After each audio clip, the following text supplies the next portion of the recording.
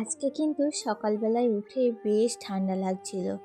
তো ঠান্ডায় উঠবো না ইচ্ছা করলেও কিন্তু ফাইনালি আমি উঠেও পড়েছিলাম খুব সকাল সকাল। তো কালকে রাত্রিতেই আমি ভেবেছিলাম যে আজকে একটু সকাল সকাল উঠবো, কারণ ছেলেকে স্কুলে পাঠাতে হবে। তো কালকে তো স্কুলে পাঠাতে একটু লেট হয়ে গিয়েছিল, তাই ভাবলাম যে আজকে খুব সকালেই উঠবো। তো সেই মতো করে আমি আবার ফোনে কিন্তু অ্যালার্মটাও সেট করে দিয়েছিলাম, কিন্তু কি বলো তো, ভাগ্য খারাপ হলে যেটা হয়, অ্যালার্মটা না সেট করেছি অবশ্য, কিন্তু কি বলো তো, টাইমটা মেনটেন করতে পারিনি ঠিকঠাক। তো আমি 7টার বদলে 7:30টায় অ্যালার্মটা দিয়ে দিয়েছি। তো সেই রকম করে কি বলো তো, উঠতে বেশ তবুও কিন্তু দেরি হয়নি, উঠে পড়েছিলাম। তো যাই হোক, উঠে যখন কাজ টাজ কমপ্লিট হলো তখন দেখছি যে ঘড়ির কাঁটায় অ্যালার্ম বাজছে।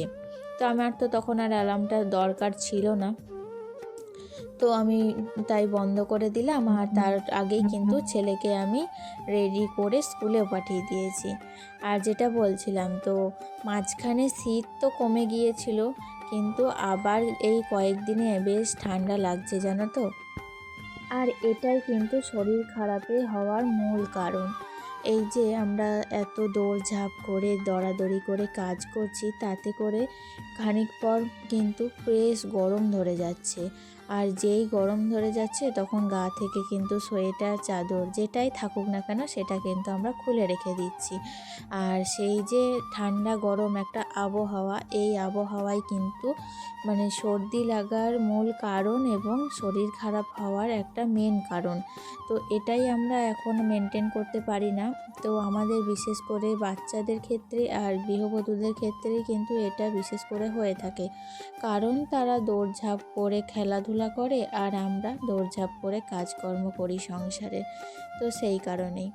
তো যাই হোক, এদিকে তো বাবু স্কুল থেকে তারপরে চলেও এসেছিলো আমার কাজগুলো কমপ্লিট করতে করতে। আর আগে কি বলো তো, আগে সকালবেলায় ঘুম থেকে উঠতে আমার বেশ দেরি হয়ে যেত, তো স্কুলে যেতেও বাবুর অনেকটা লেট হয়ে যেত। তো এখন কিন্তু বাবু টানা 1 বছর না 2 বছর কিন্তু স্কুলে যাতায়াত করছে, তো এখন কিন্তু আর সেই অসুবিধাটা হয় না। তো এই একদিক থেকে ভালো যে বাবুকে আমাকে স্কুলে নিয়ে যেতে হয় না। তো টিউশনিতে গিয়ে যেমন আমাকে বসে থাকতে হয়, তো সেই রকম কিন্তু স্কুলে গিয়ে আমাকে বসে থাকতে হয় না, কারণ স্কুলের দিকটা ওর পিসিমণিরাই দেখে। তো কোনো দিন যদি না পারে তখন কিন্তু ওর বাবা নিয়ে যায়। তো এইভাবেই কিন্তু আমার বাবু একটু একটু করে বড় হয়ে উঠছে, আর তার স্কুল পড়াশোনা সব কিছু একটু একটু করে বাড়ছে।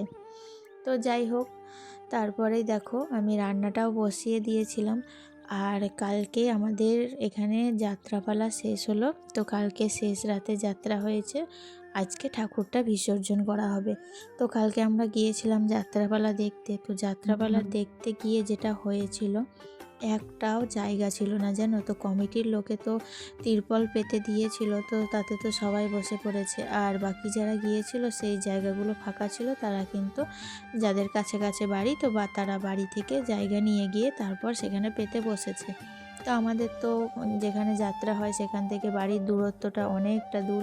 তো আমরা তো খালি হাতেই গিয়েছিলাম, তো গিয়ে দেখি এত পরিমাণে ধুলো আর বালি। তো যাই হোক, অর্থে তো দাঁড়িয়ে দেখতে পাচ্ছিলাম না, কারণ এদিকে ঠান্ডাও লাগছিল আর এদিকে কিন্তু পা হাত পা ধরে যাবে, দাঁড়িয়ে কতক্ষণ দেখবো মানুষ, তাই না। তো তারপরে ভাবলাম যে না, যাকগে, যা হবার হবে, জুতো পেতে তারপরেই বসে পড়ি। তো যাত্রা যখন দেখতে এসেছি তখন দেখব, তারপরেই কিন্তু বাড়ি যাব। তো এইরকম একটা করে কিন্তু আমরা জুতোর ওপরেই বসে পড়েছিলাম। তো লাস্টে এত মজাই লাগছিল যে জুতোটাকেও সরিয়ে দিয়ে সেই লাস্ট মেস্ট ধুলোর ওপরেই কিন্তু বসে পড়েছিলাম, যেন। তো কি বলবো তোমাদের, এত জায়গাটা খারাপ ছিল, সেই জায়গাটাই পেয়েছি। আর আসলে যাত্রা শুরু হয়ে যাওয়ার প্রায় 1 ঘন্টা শেষে কিন্তু আমরা গিয়ে পৌঁছাই, তো এই কারণেই আমাদের এরকম অবস্থা হয়েছিল। তো যাত্রাগুলো খুবই সুন্দর হয়েছে। গ্রামে বছরে একটা দিন এরকমভাবে আমরা সবাই মিলে আনন্দ করলাম, বেশ ভালো লাগলো। তো আজকে সেই ক্লাবের ঠাকুরটা বিসর্জন হবে। তো এখন তো বেরোয়নি ঠাকুর বেরোলে আমাদের এদিকে যদি আসে তো অবশ্যই তোমাদের সাথে শেয়ার করব। তো যাই হোক, দেখতেই পেলে আমার কিন্তু তোমাদের সাথে কথা বলতে বলতে রান্নাটাও কমপ্লিট হয়ে গিয়েছে। রান্না করেছিলাম দেখতেই পেলে ফুলকপি, আলু, শিম, বেগুন দিয়ে ঝোল, আর এদিকে করেছি পেঁয়াজ কলি আলুতে ভাজা। আর ভাতটা তো আমি আগেই করে নিই, তো ভাত আগেই করে নিয়েছি। তবুও কী বলো তো, এই কয়েকটা দিন ভাত করতে একটু অসুবিধা হচ্ছে, কারণ আমাদের গ্রামের বাড়ি থেকে চাল এসেছিল, ঘরের চাল মিনিকেট। তো সেই চালে না অনেক তুষ আছে, তো ভাতের চাল আমি দেখলাম যে অল্পখানিক চাল, তো সেটাকে আর আমি পাছড়াবো না, তো সেই কারণে চালটাকে আর পাছড়াইনি। তো যখন ধুচ্ছি তখন কিন্তু অনেক তুষ বেরোচ্ছে, তো সেই তুষগুলো ধুতে মোটামুটি প্রায় আমার আধ ঘন্টা মতো টাইম লেগে যাচ্ছে। তো সেই কারণেই আমি আগে ভাতটা বসিয়ে দিই, তারপর ভালো করে চাল ধুয়ে তারপর কিন্তু ভাতটাকে আগে নামিয়ে তারপর তরকারি বারকারি করি আর কি। তো যাই হোক, এদিকে রান্নাঘর সমস্তটা পরিষ্কার করে আমি উপরে আসছিলাম, তখনই মা আমাকে ডাকলো যে মায়ের কিছু প্ল্যান আছে। কি বলো তো, মায়ের একটা অভ্যাস যে কখনো দেখবে যে একটা জিনিস ঘরে থাকলো, তো সেই জিনিসটাকে আবার কিন্তু বের করে বাইরে রাখবে। তো একাই তো পারে না, আগে একাই করতো, কিন্তু এখন তো বয়স হয়েছে, তো একাই আর পারে না, সেই কারণে আমাকে ডাকছিল। আসলে আমাদের ঘরের ভেতরে যে আলগিনটা আছে, সেই আলগিনটা নাকি মা বাইরে রাখবে।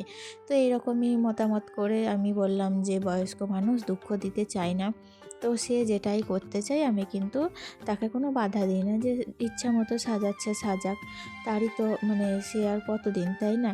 তো এই মতো করে তাকে আর কিছু বলি না, সে সাজাচ্ছে। তো দেখো, আমি আর মা মিলে কিন্তু আলগিনটাকে বাইরে বের করলাম ঠিকই, পরের দিন কিন্তু তোমরা দেখতে পাবে না, কারণ তার কিছুক্ষণ পরেই আমার হাজব্যান্ড এসে বলছে যে ওখানে আলগিন রাখছো কেন? ওখানে আলগিন রাখলে আমি এই যে টিউশনি পড়াবো কোথায়, তো আমার তো জায়গায় শর্ট পড়বে, তো তোমরা এখানে আলগিনটা রেখো না। তো এই মত করে কিন্তু সে আবার আলগিনটাকে ঘরে ঢুকিয়ে দিয়েছিল। তো এতে তো মা একটু ক্ষুণ্ণ হলো, কিন্তু কি বলবো, কিছু করার নেই। তো সবারই মতামত নিয়ে সবাইকে নিয়েই চলতে হয় আমাদের, তাই সবারই সুবিধা অসুবিধা সবটাই কিন্তু দেখতে হয়। কিন্তু এতে একটু পরিশ্রম হলো, কারণ আলগিনটা বের করার সময় ওই যে জামা কাপড়গুলো সমস্ত খালি করে তারপরে বের করা, আবার কি বলতো, তারপরে আবার সেই আলগিনটাকে ঘরে ঢুকিয়ে সমস্ত জামা কাপড়গুলো গুছিয়ে আবার ঘরে ভরা। তো একটু খাটনি হলো, কিন্তু কাজের কাজ কিছুই হলো না। তো যাই হোক, কী করবো। আর তারপরেই দেখো, বেশ কিছু জামা কাপড় জমেছিল, আসলে শীত শেষের দিকে, তো বেশ কিছু সোয়েটার চাদর এগুলো কিন্তু নোংরা হয়ে গিয়েছিল।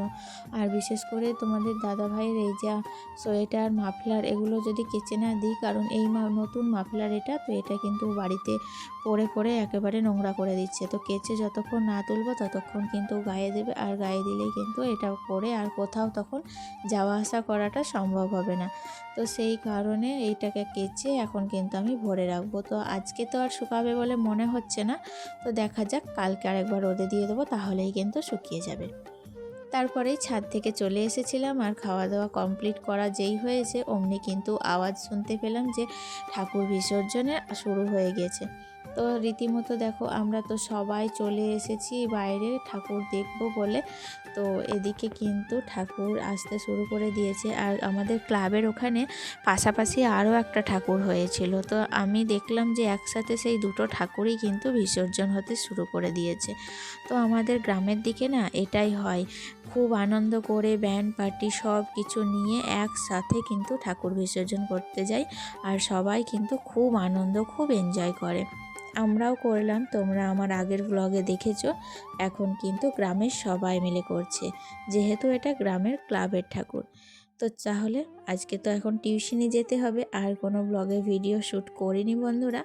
আজকে একটু ছোট্ট করেই তোমাদের সাথে ব্লগটা শেয়ার করলাম। তোমরা প্লিজ লাইক, কমেন্ট এবং শেয়ার করে দিও, আর অবশ্যই ভালো লাগলে একটা সুন্দর কমেন্ট করে দিও। তাহলে আবার দেখা হচ্ছে নেক্সট ব্লগে, ততক্ষণ ভালো থেকো, সুস্থ থেকো। আর যেটা বললাম, অবশ্যই কিন্তু সুন্দর সুন্দর কমেন্ট, লাইক, শেয়ার সব কিছু করে দিয়ে যেও, আর ভুল ত্রুটি থাকলে অবশ্যই কমেন্ট করো। টাটা।